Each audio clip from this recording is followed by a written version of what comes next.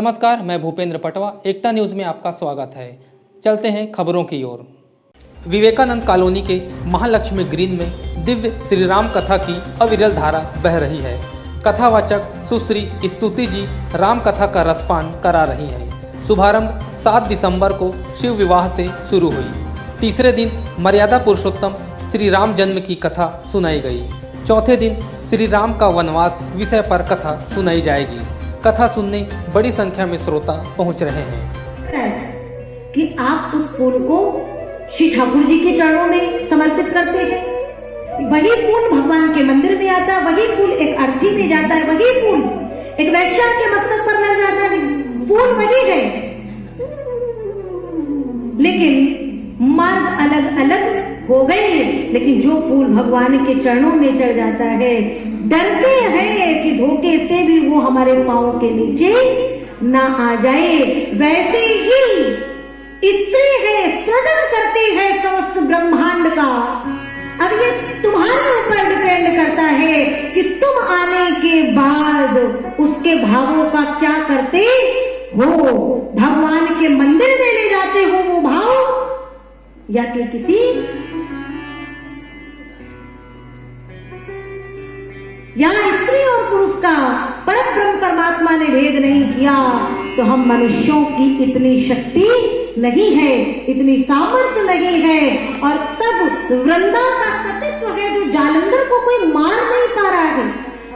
भोलेनाथ भी हार करके वापस आ गए। तब नारायण से कहा गया, प्रभु जाओ, इसका अत्याचार बढ़ता जा रहा है। भगवान नारायण धर्म की रक्षा के लिए जालंधर के वेश में जाते हैं वृंदा के पास। फलस्वरूप असली जालंधर के गले में जो माला है सतीत्व की, उस माला के फूल मुरझाए, क्योंकि वृंदा ने भगवान को जो जालंधर के रूप में आए हैं उनको अपना पति मान लिया। पुष्प मुरझाए, माला उतार करके फेंकी, युद्ध हुआ। युद्ध में जालंधर मारा गया और जालंधर का कटा हुआ शीश वृंदा के पास आकर के बोला, रे वृंदा, तू तो अपने आप को बहुत बड़ी सती कहती थी ना, आज देख तेरे कारण मेरी क्या गति हुई। वृंदा दौड़ करके आई, मेरे पति तो मेरे बगल में विराजमान है। इसका मतलब इन दोनों में से किसी एक ने मेरे पति का रूप बनाया है।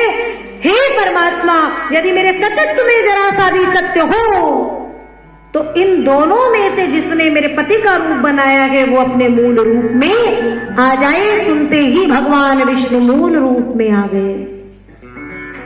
वृंदा ने देखा, प्रभु आप, और आपसे इतना बड़ा अपराध, क्रोध में आके श्राप दे बैठे। जिस काया के कारण आपसे इतना बड़ा अपराध हुआ है, ये काया इसी पल, इसी क्षण काले पत्थर के रूप में परिणित हो जाएगा। क्यों भाई? लोग कहते हैं ये नगीना बहुत अच्छा है, वो नगीना बहुत अच्छा है, लेकिन मुझे लगता है मेरे राम जैसा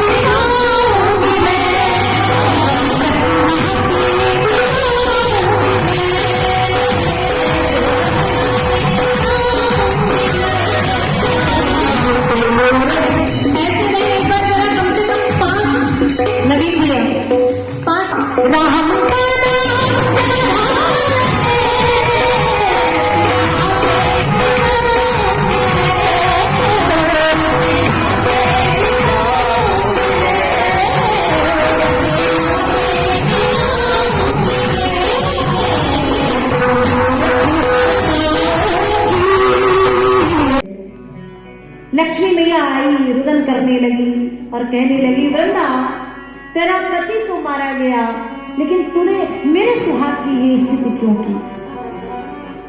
अब लक्ष्मी मैया से रिश्ता भी है, क्योंकि लक्ष्मी मैया भी समुद्र से आई है, जालंधर भी समुद्र से ही उत्पन्न हुआ।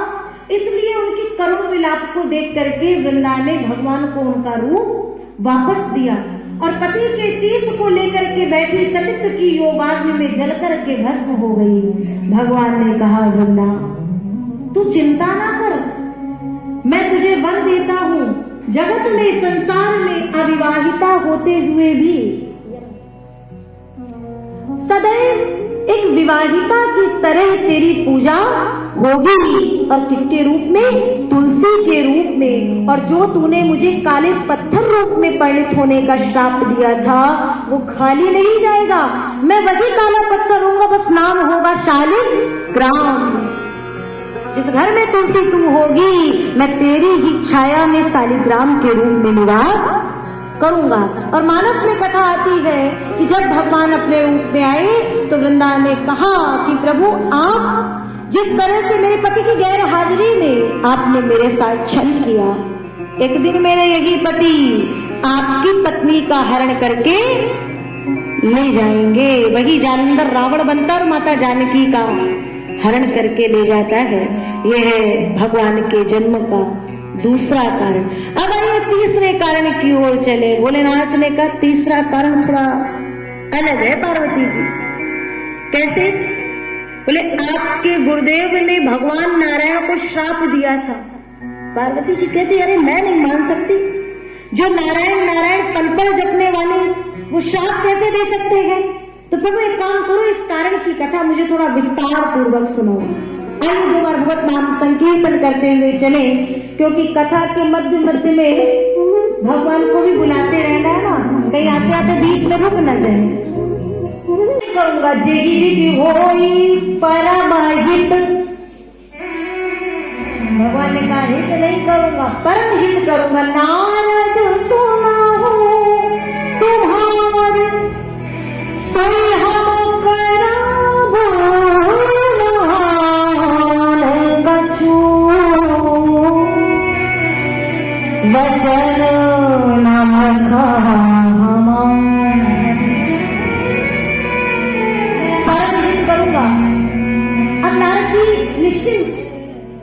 प्रसन्न होकर के चले। भगवान ने नारद जी को रूप तो दिया, लेकिन नारद ने भगवान से भगवान का रूप मांगा था, हरि का रूप मांगा था, लेकिन भगवान ने वो नहीं दिया, पर्यायवाची में दे दिया। हरि माने विष्णु भी, हरि माने बंदर भी, एक हरि माने पर्यायवाची में सर्प भी होता है। लेकिन नारद जी को लगा मुझे तो वही सांवली सूरत मधुर मूरत मिली है। भगवान कहते अगर मैं तुमको वो रूप दे देता तो तुम्हारा जीवन संभाल ली, तो मैं तुम्हें कुछ समय के लिए बंदर बना देता हूं, तो जीवन भर तुमको नाचने नहीं। और मुझे लगता है जो भगवान के नाम का बंदर बन जाता है ना, हरि माया उसके पास दूर दूर तक पटकती नहीं है। नहीं तो सारे जग को लगी नचाए नचाए।